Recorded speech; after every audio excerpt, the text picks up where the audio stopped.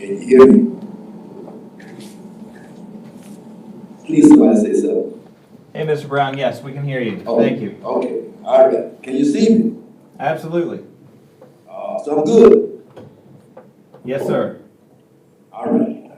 Leave it alone. Where about it? Dr. Egley, I want to confirm your video is working. Can we confirm your audio as well? Yes, can you hear me? Yes, sir. All right. Thank you.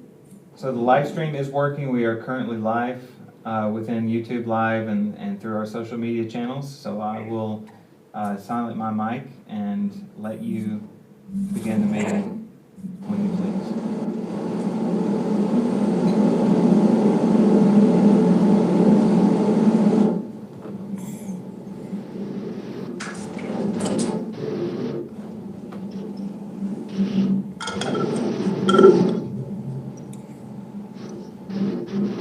Okay, no idea what I'm doing.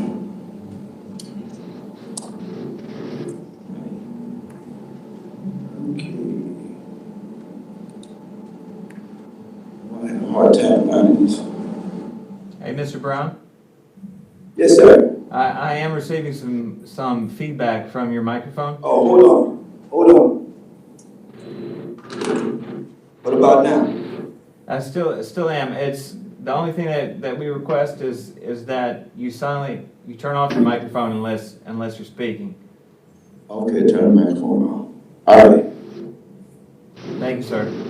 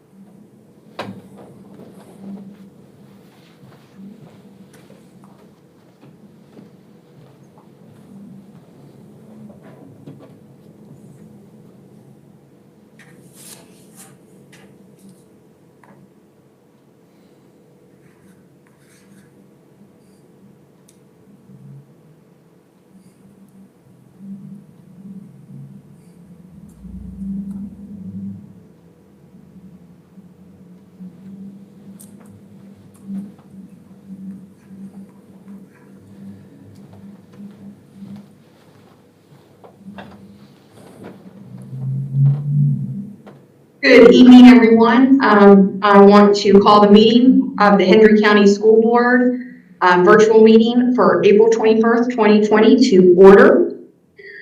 Something I would like to do this meeting that varied from last meeting, instead of having us collectively recite the pledge together, I have reached out and asked Reverend Brown if he would lead the board and those who are viewing online in a prayer.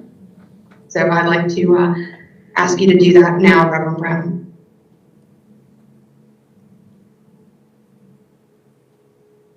You have to turn on your mic.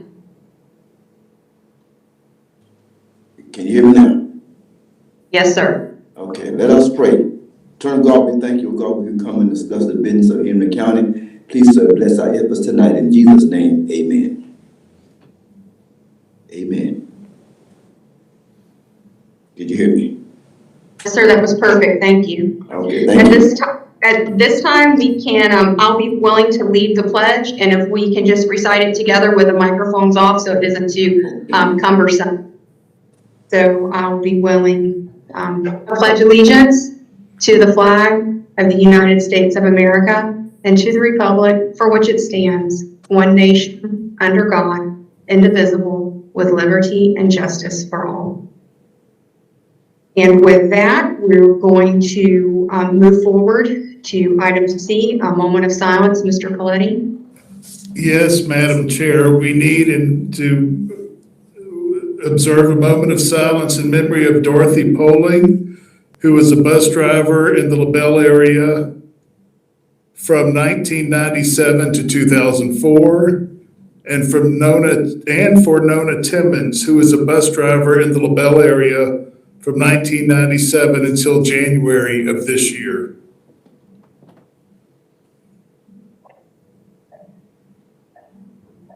Thank you. Thank you, Superintendent. At this time, it is time for citizen comment on agenda items or any comments submitted. And we have received none as of 5:20.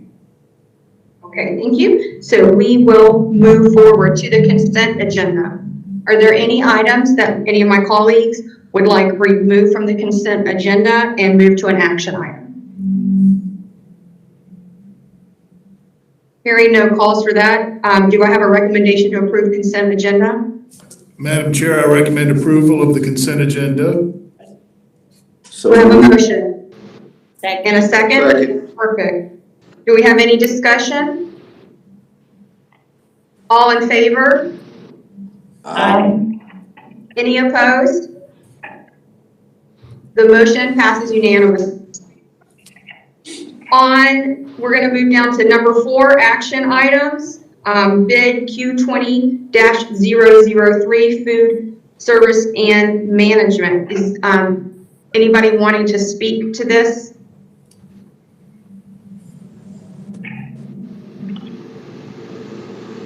Superintendent, is anybody wanting to say or present anything before a vote? Well, I would just echo the recommendation of the committee to renew the contract with Sodexo. There are 4, if you'll recall 5 years ago, each of you received a packet or a booklet. This year, we only have one per bidding company. They're in the office if you would like to review them. But at this time, my recommendation is that we renew with Sodexo.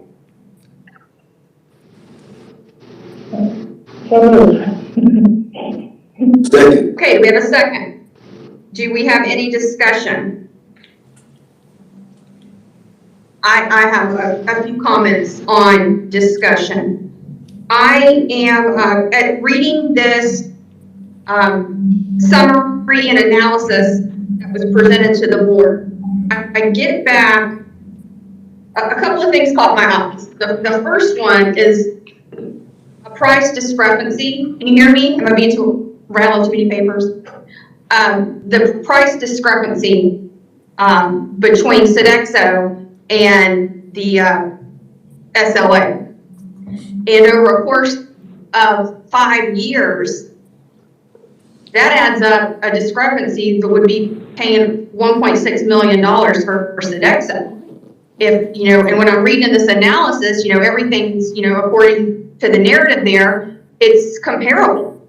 And it's concerning to me that a recommendation is being made, especially at a time like this, when we are incredibly nervous about a special session and what a budget, $10 to $12 million budget cut's going to look like in Florida and how it's going to trickle down. And so I'm very apprehensive about spending, first of all, a 5-year contract, and then a 5-year contract that is $1.7 million more than the lowest competitor. Madam Chair, you're sort of breaking in and out, but I could explain one of the concerns we had with the one bid.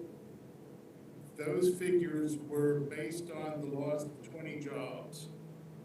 And we weren't sure how that would, we were also very concerned about what that message would send to the employees in Sodexo if they were looking, or in our food service, or in Sodexo's food service, if they knew that 20 were going to lose their jobs.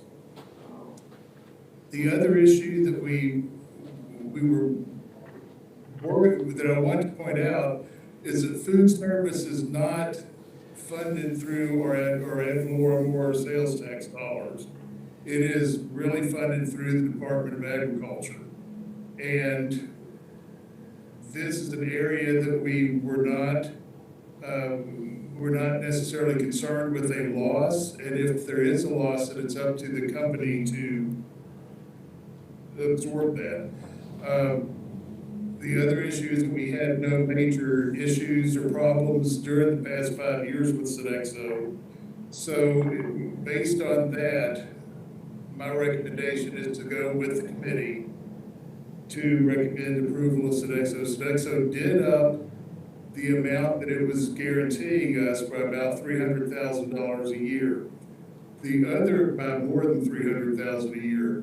The other issue that we had is that the other food company had said for this first year, we will guarantee 900 and something thousand, but by the end of the contract, we will come up with 4.5 million, but not guaranteeing per year that amount of money. So that you could have a shortfall, particularly if they were unable to, for instance, maintain the employee rate or the number of employees or things of that nature, or in order to make that money if they had to cut employee costs. Well, one of the concerns I was looking at is I keep, somebody else want to speak? Vasquez? Yeah, Was that Madam you? Chair, yeah, the only thing the only thing with the on the committee there, I didn't get to see any of the numbers. I just would have liked to at least have the numbers all emailed to us, and with their recommendations ahead of time, letting us know why their recommendations are what they are, and kind of explain to us a little bit better what we got. I do agree that we do not want to cut 20 jobs by any stretch, if that's possible. So I get that piece of why they recommended that against that one company for that reason. But I'd still like to have that information ahead of time.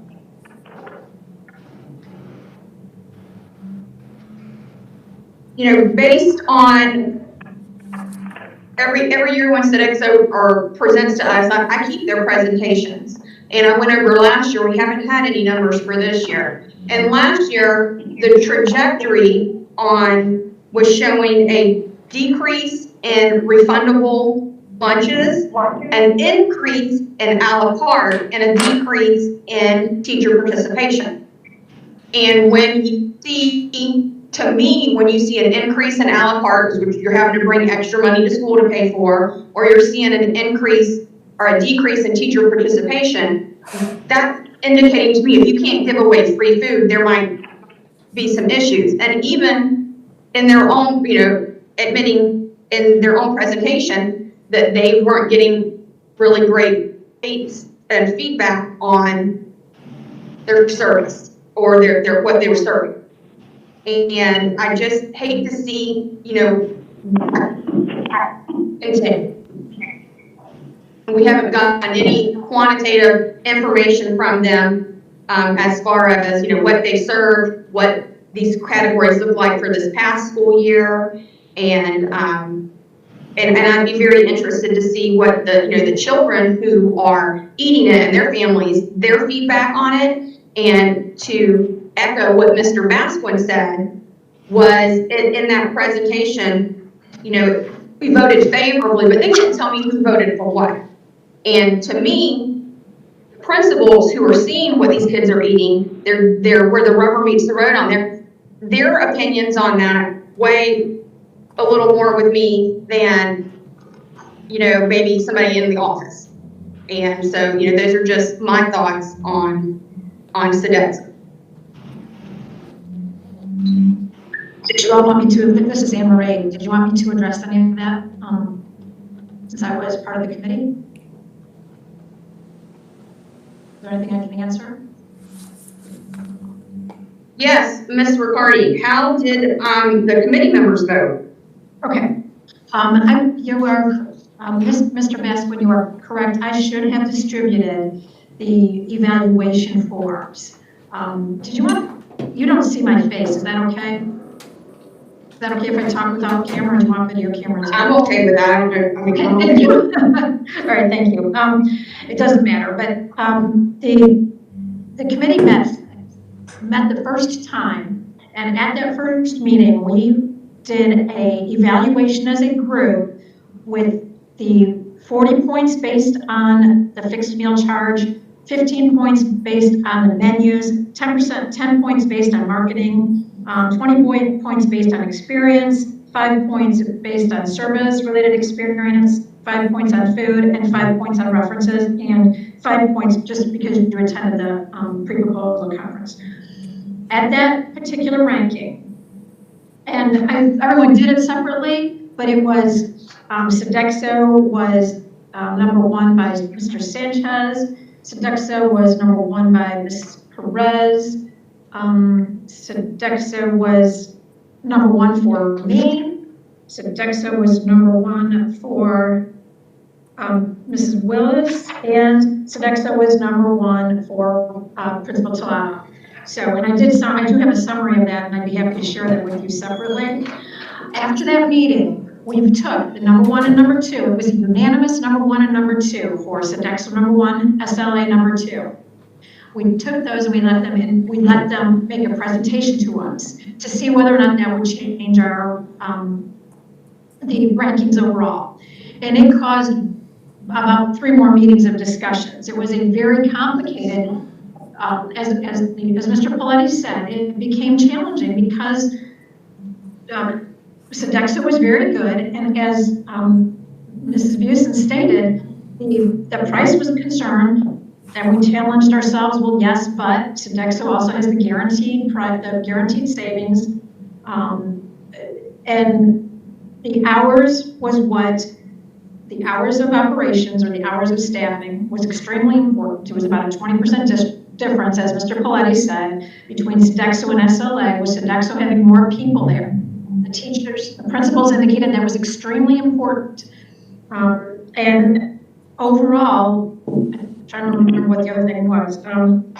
You had another question, but that was what tipped the scales. In the end, although the principals were the ones who said Sodexo, you said if it came from the principals, that would be favorable to you. It actually was. I was, I believe, the lone for SLA, only because I liked their food presentation better. So that's a completely, it was completely on me. It would have been, I think it would have been unanimous otherwise.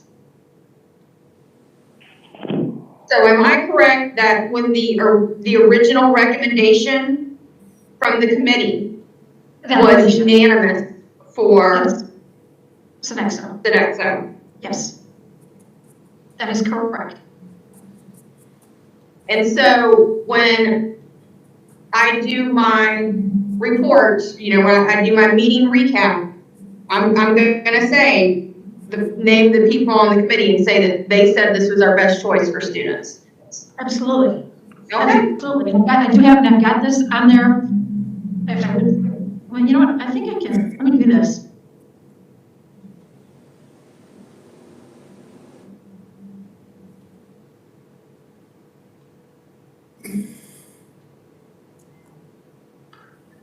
Then we've got, this is what I should have, this is what, Mr. Paletti had asked if I would distribute this to you. Did you?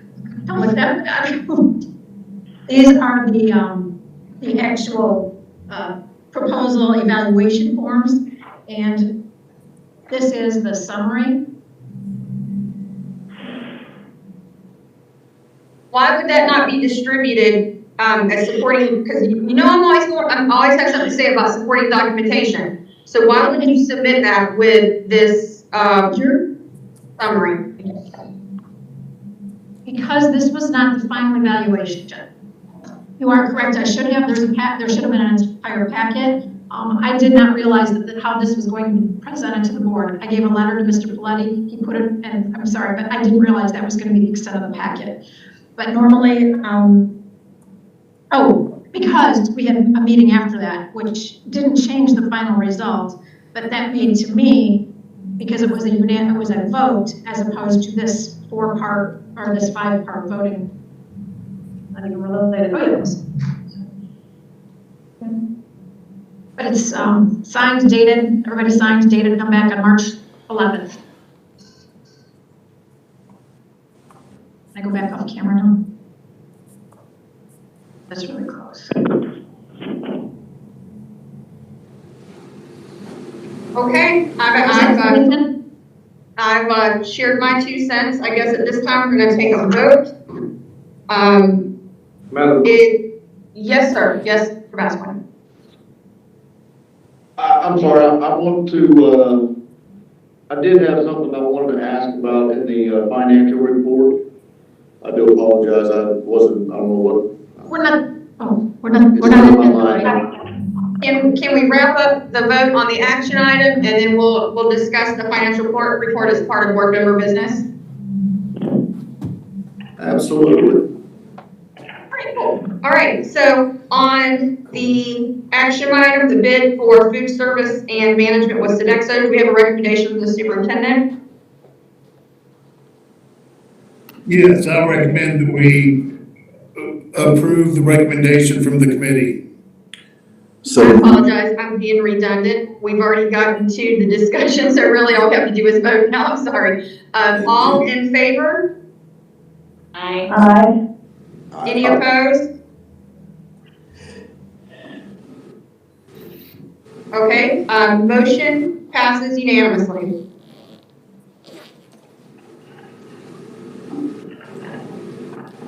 Okay, we'll move down to board member business. We have a resolution for Teacher Appreciation Week.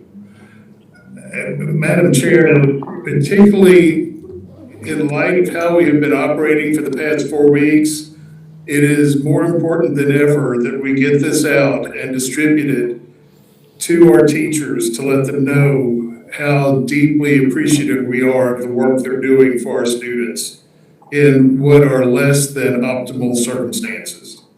And we will do, even though we usually post this in school, it'll do no good for us to post it in school because nobody's there. So we are going to blast it over all of our social media and with our local newspapers. Good. That's why I recommend approving this resolution. Would you like to take this opportunity to read the resolution? Well, thank you, Madam Chair, for putting me on the spot. I would love to have this opportunity, but I have one in front of me. Would you like me to read it? please, you're gonna be signing it. Okay, it's a resolution to celebrate Teacher Appreciation Week. Whereas our country's future depends upon providing quality instruction to all students, and whereas education and knowledge lay the foundation for the future of our children, and whereas teachers play a crucial role in building a foundation for success that follows students well beyond the classroom, and whereas teachers fill many roles as listeners, explorers, role models, motivators, and mentors, and whereas teachers overwhelmingly respond in a positive way to provide learning opportunities for students during this unprecedented school closure, and whereas teachers mold future citizens through guidance and education, and whereas teachers constantly demonstrate their ability and commitment to students through their willingness to give their time, energy, talents, and ideas, and whereas the Hendry County District School Board commends all Hendry County teachers, schools, students, parents, and business partners for their efforts to reinforce the power of education in Hendry County. And whereas May 4th through 8th, 2020 has been designated as National Teacher Appreciation Week. Now, therefore, be it resolved that the Hendry County School Board does hereby designate May 4th through 8th, 2020 as Teacher Appreciation Week. And thank you for that opportunity to share that resolution with everyone. Moving forward, we have item B is the 2021 Florida School. Pardon me? Did you approve the resolution? Or do we need to approve it? We can, all right, let's do that. It needs to be spread upon the minutes. Let's spread it upon the minutes. Furthermore, that a copy of this resolution be spread upon the minutes and meeting adopted this 21st day of April, 2020. Do I have a motion to approve? So moved. And a second.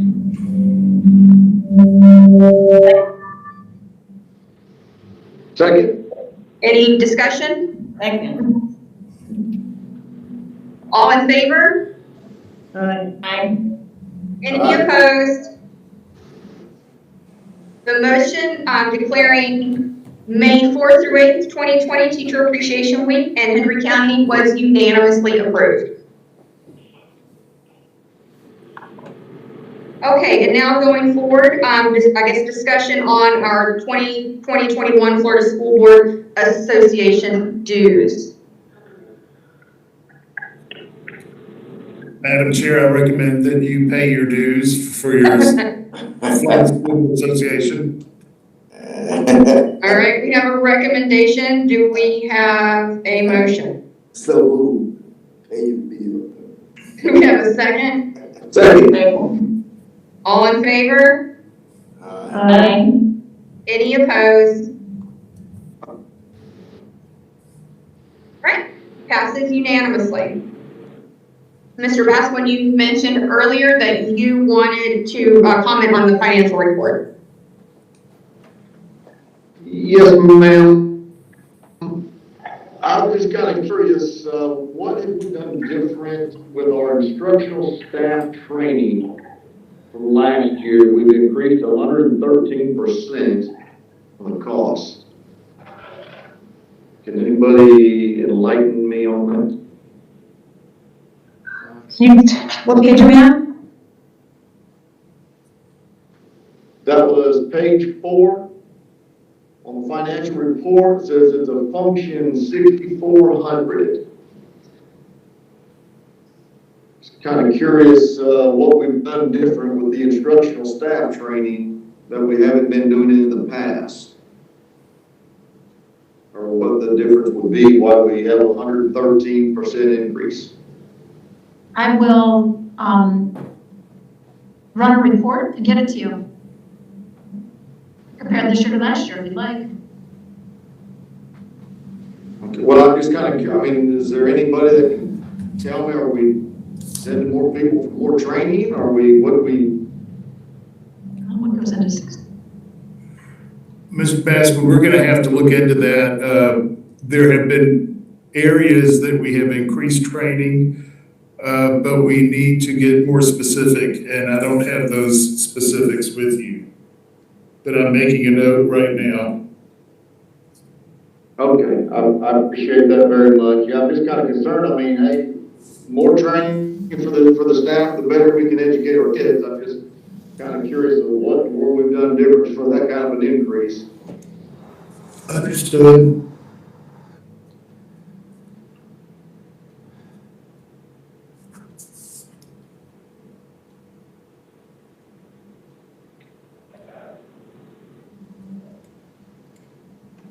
Sorry, I'm just chatting up a storm over here and don't have the microphone on. Do we have any more comments in regards to the financial report?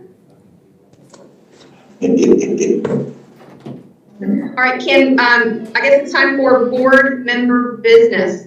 Mr. Brown, you have anything from District 1? No, ma'am, I'm just enjoying the festivities this evening, so enjoying this board meeting. We're having a good time. Thank you very much. Okay, what about you, Dr. Berg? You're not going to be in that. I just was amazed to see the people actually getting fed, and I was very happy to hear about that, because I couldn't imagine how it was going to happen. Our staff is certainly doing a monumental job in ensuring that our kids are fed. Yeah. All right, Ms. Nelson. I do not echo Mr. Brown's sentiment. I do not like these meetings, so I am. But I do have a question. Have we been given any more directives regarding graduation, Mr. Pletty? No, but I have been in constant contact with the high schools, and they are proceeding to do virtual class nights, and that, which is when they award the scholarships, but we do not have a date certain yet for it. But nothing has changed from when the students told us that they would like to delay and have a normal graduation rather than any kind of truncated version or drive-by version of it. Okay, that's what I need to know. Thank you. That's it. Mr. Vasquez, do you have anything for board member business? Well, I do have a little bit of discussion or questions on the report that Ms. Riccardi sent us after our last meeting. The break, she sent us a 15-page report, kind of like a condensed version of everything, all of our expenditures there. Just kind of wondering, are we duplicating? It kind of appears to me, without being the professional in some of the tech stuff and different things, that we're spending a lot in technical supports of different sorts and things like that. I'm just kind of wondering, has anybody ran through that list, make sure we're not duplicating services? And I'm kind of curious what this McCreary Corporation is that we spent almost $1 million with. With $898,706. McCreary? Oh, that's insurance. What exactly are they? They're insurance. They're self-insured. Insurance. Oh, yes.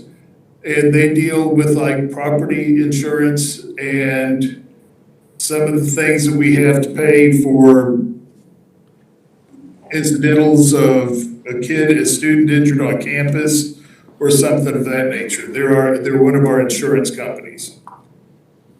So and so then that leads me to the next question. I thought that I saw a couple of different insurance companies on that list. Are we not able to do everything that we need to do through one company? No, we used to. McCreary used to be our total blanket coverage, including health, but they got out of the health insurance business. So we have other insurance companies that are picking up the slack on where we are and what we are required to have covered. Okay, all right, because, I don't have the list in front of me, but I thought I saw others besides just health insurance on there as well. So that's why I was asking, because I tried to look up that McCreary company and it almost looked like it didn't appear to me to be an insurance company. That's why I was kind of wondering what it was. If you see McCreary/EMI, sometimes it's referred to as EMI, it's the same thing. Okay. Okay, they were. Yeah, I just want to make sure that we're not duplicating. Okay, we will do that. That's one of the reasons why when we get to my portion, I want to talk a little bit about what we've asked to do next Tuesday. Okay, all right. That was really all I had. I was just had that question about that, so you answered that. Thank you.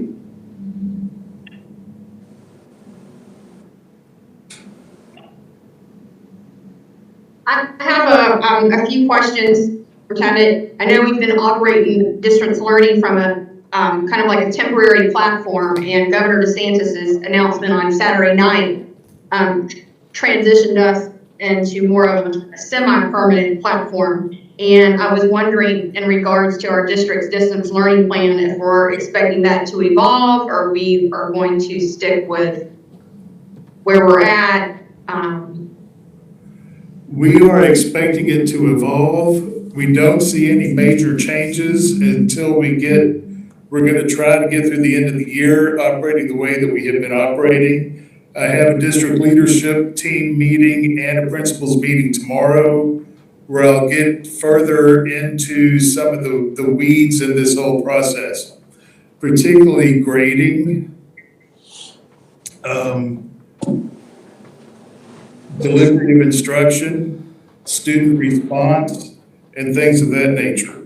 So we are anticipating, obviously, I was going to talk about the extension through the end of the year, but we have no major plans to overhaul what we're doing at this time. But we will tweak as we meet with our people. Well, one of the things, for instance, that's up in the air is summer school. How in the world are we going to do summer school, particularly when you look at third graders those who may not be mastering the skills have an opportunity for summer school. Is that too going to be virtual? So all of those things have to be, that's the type of tweak I'm talking about. And I really am worried about the third graders because yes, we have a mess this year. This mess is not going to disappear when this school year is over. It's going to carry into next school year with a variety of ways that we have not even understood or we can't even anticipate, because just about every other day, something new comes down the pike that we have not thought about or that has emerged as an issue. And it might be major, sometimes it is, sometimes it's small. But we are, it's important that we keep in mind, nobody's ever done this before. And so you're trailblazing and you're helping us trailblaze through this. Is that evolution going to include, delivery of ESE instruction and services to those students? Yes, it will, and I think Dr. Staley is here and she can speak to that, but she has been working very hard on that. Yes, ma'am, it will. It has to, because we have to make some, decisions. And the problem with putting it on a plan is that these are individualized. So we can't really put a full plan in place to say that we're going to do this for all kids, because we can't. But we do have individual digital learning plans being put in place as well, so that each time we speak to a parent, whether it's speech language, OT, PT, teachers, push-in, whoever is speaking, we have all of that documented with the parents and what they are. So it's a little bit of both. Yes, we will move forward and include that, but again, basing it all, turning it all back to, it's an individualized plan for each of them, and however that looks and whatever parents can handle as well. Aria. Yeah, we gotta be very fluid in how we're working with folks, and, Yes, one need in one household can be absolutely different from what they need next door, so. And it is. It's being proven daily. How are we looking on our students meeting minimum attendance requirements? Can you hear me? Thank you, Stephanie, I was going to ask that. We are, unless somebody's going to correct me, it seems as if we're handling it now. Are there students who have sort of dropped out of the picture? Yes, and we're hounding them. We're trying to find out where they are. But it looks as if we are good with that. Now, our minimum daily attendance requirements, FTE is pretty much done this year. Okay, so it's not as crucial as if we were doing this in October. Okay, so we kind of have a little bit of time and room to coast. And this is one of the items that we're going to be talking about tomorrow at our leadership team and principals meeting, to determine what does attendance look like, and what do grades look like, and what does makeup look like, and all of the makeup work. All of those things are going to be discussed, and they're all the issues that come up and that we have to address. Yeah, the reason I'm asking is, that contact with school is so crucial. I know that our schools are a second set of eyes for DCF and kids in very vulnerable situations. And I know with a pandemic like this, anticipated mental health issues have been exacerbated, and I just want to make sure that with those kids that we're struggling to connect with, we have child study teams, and working in conjunction with the sheriffs and police departments to get out there and put our eyes on these kids and make sure they're safe. And I can address that just a little bit if you don't mind. Our team has been adamant about seeing students. We are still working through the same process we did while they were on campus. If school counselors, teachers, principals are worried about these students. Our mental health specialists are reaching out to them. Their caseload right now is pretty full, as you can imagine, and it will continue to get bigger, I assume.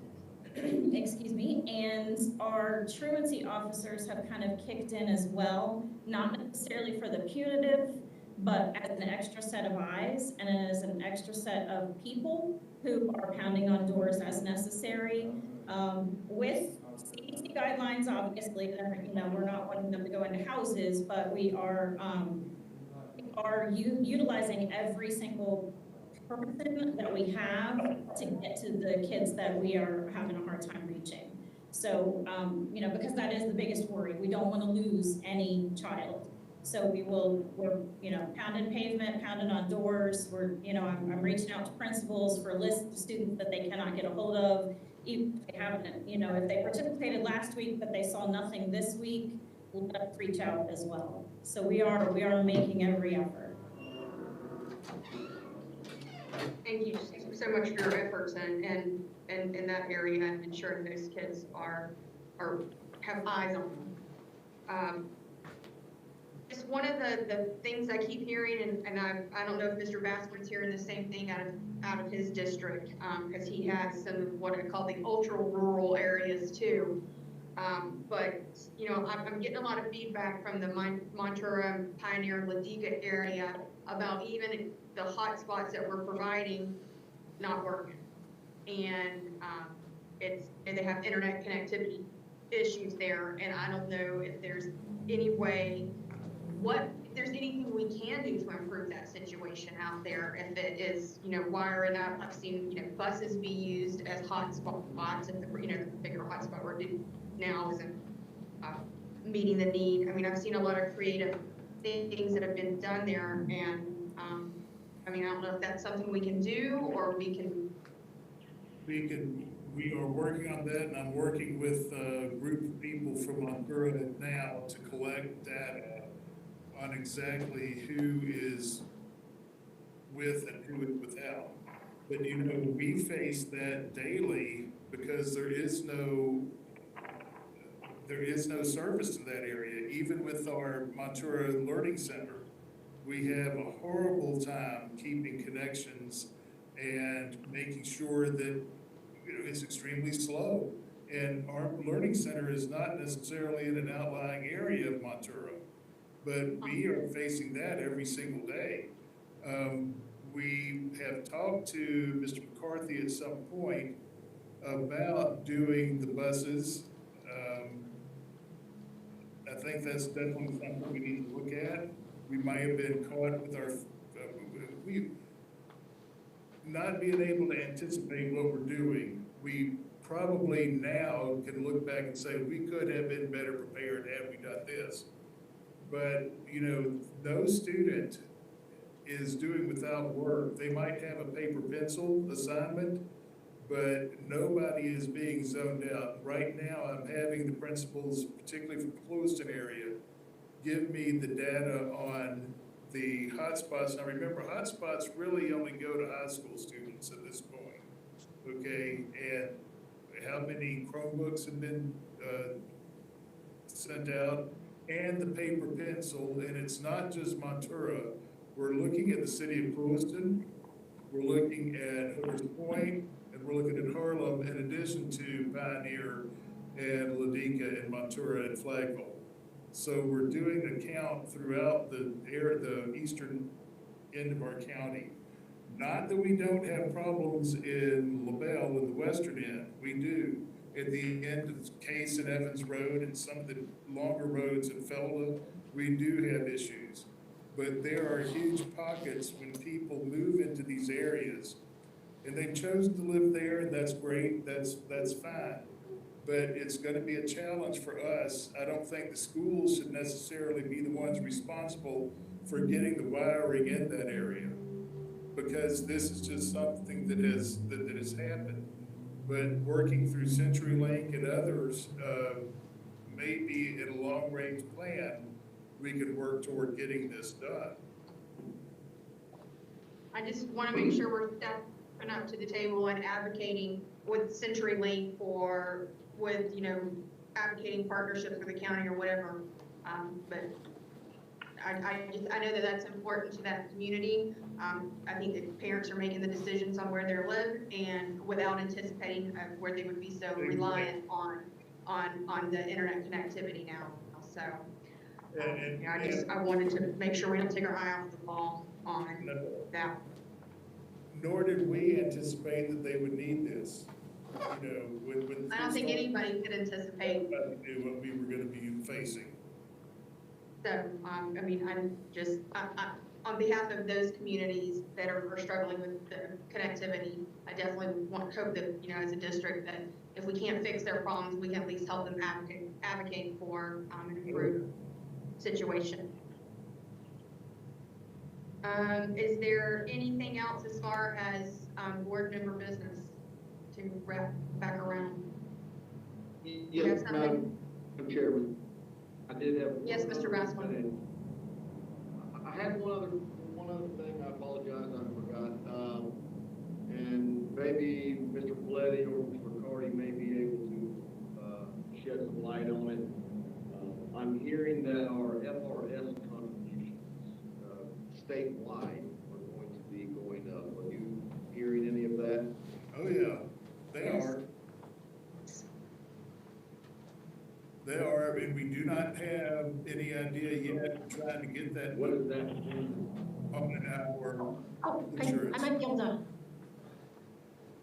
Oh, I was going to say, because I think it's going to cost us probably $50,000 more next year as a wild guess to the general fund. We're working on that right now. Okay, because I'm hearing like 1.53%. That's correct. If But that's the case, it's going to be quite a bit more than 50 grand, isn't it? And that's just for the general population, because your certain positions, senior management and elected officials have a higher increase. Yes, I'm afraid we're probably $200,000-300,000 maybe. Well, I just started with with updating it, so I can't guarantee my numbers yet. I think Mr. Paletti is going to be talking about that in a minute, what we want to talk about next week. Okay. I didn't mean to steal your thunder, Mr. Paletti. No, you're not. All right, do we have any more board member comment or board member business? All right, Mr. Paletti, do you have something? I know you have something you want to share. Yes, I would strongly recommend, and we have some data that we're going to give you because I have the total of the general fund contracts. Now, some of them we're going to have to look at very, very carefully, and others we might be able to make a good decision. But I just received word today that during this season of malcontent, the state is losing 2 to 2.5 billion, that's with a B, tax revenue per month. So it is extremely important that when we meet together next week, we avoid what happened in 2008. There was no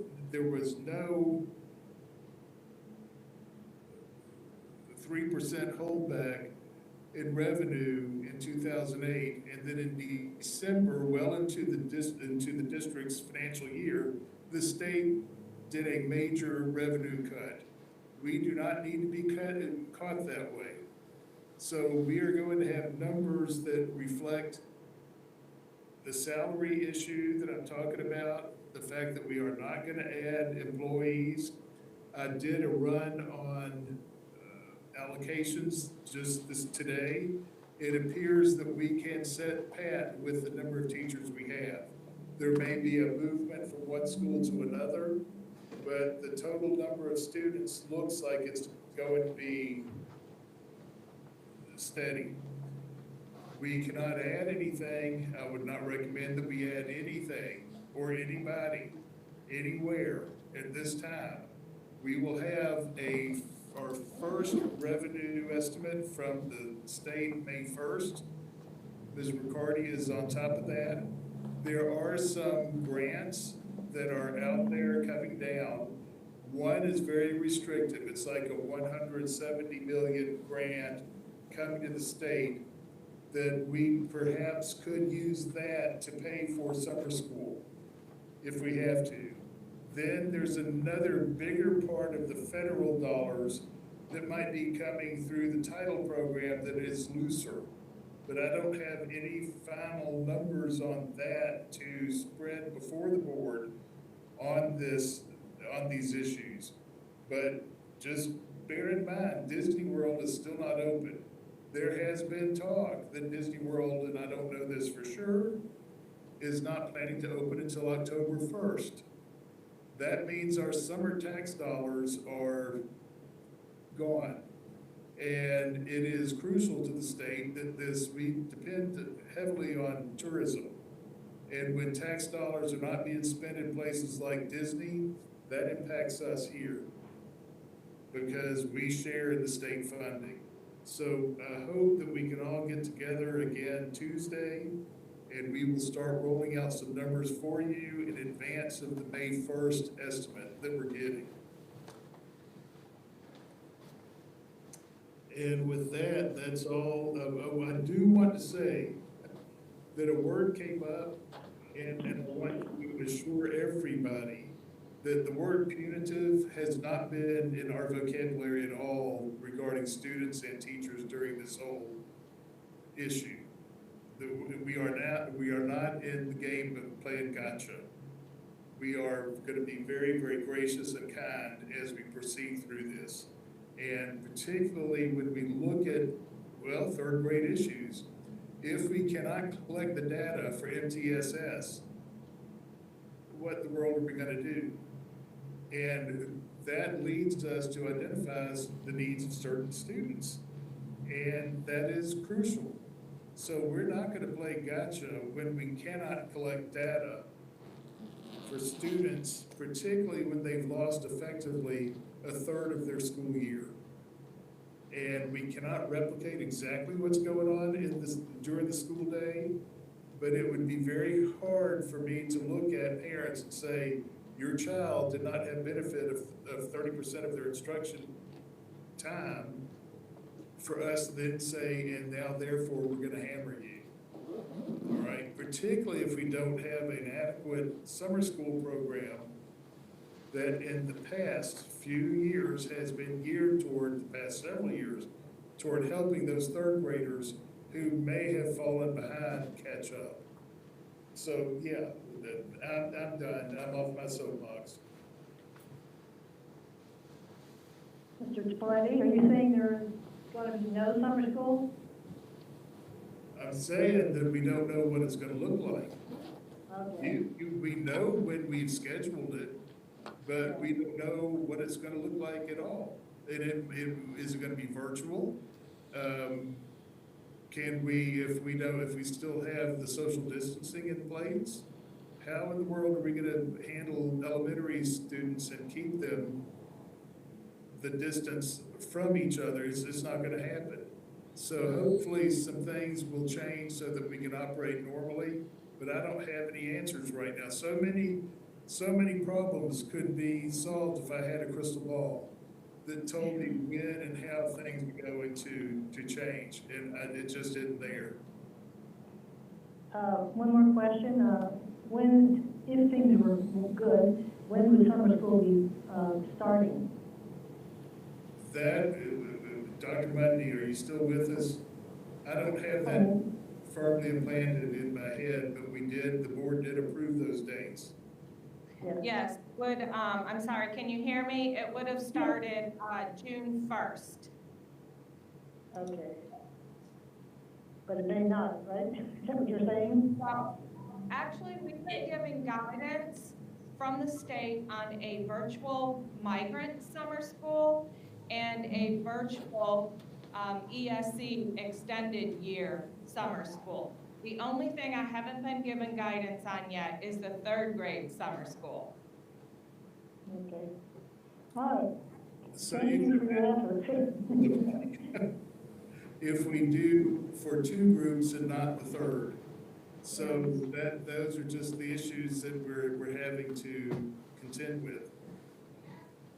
Particularly if you have a group of third graders who may eventually belong to one of the groups who's being served. Right, and I do have coaches planning a third grade virtual summer plan. And I feel like they've got a good plan in place already, but they're just standing by, waiting for somebody to say, run with it. Right, and we haven't done that because I don't That's have right. that, I don't have that data with me, so that's why I'm hedging what I say. Yeah, Thank that's you. correct.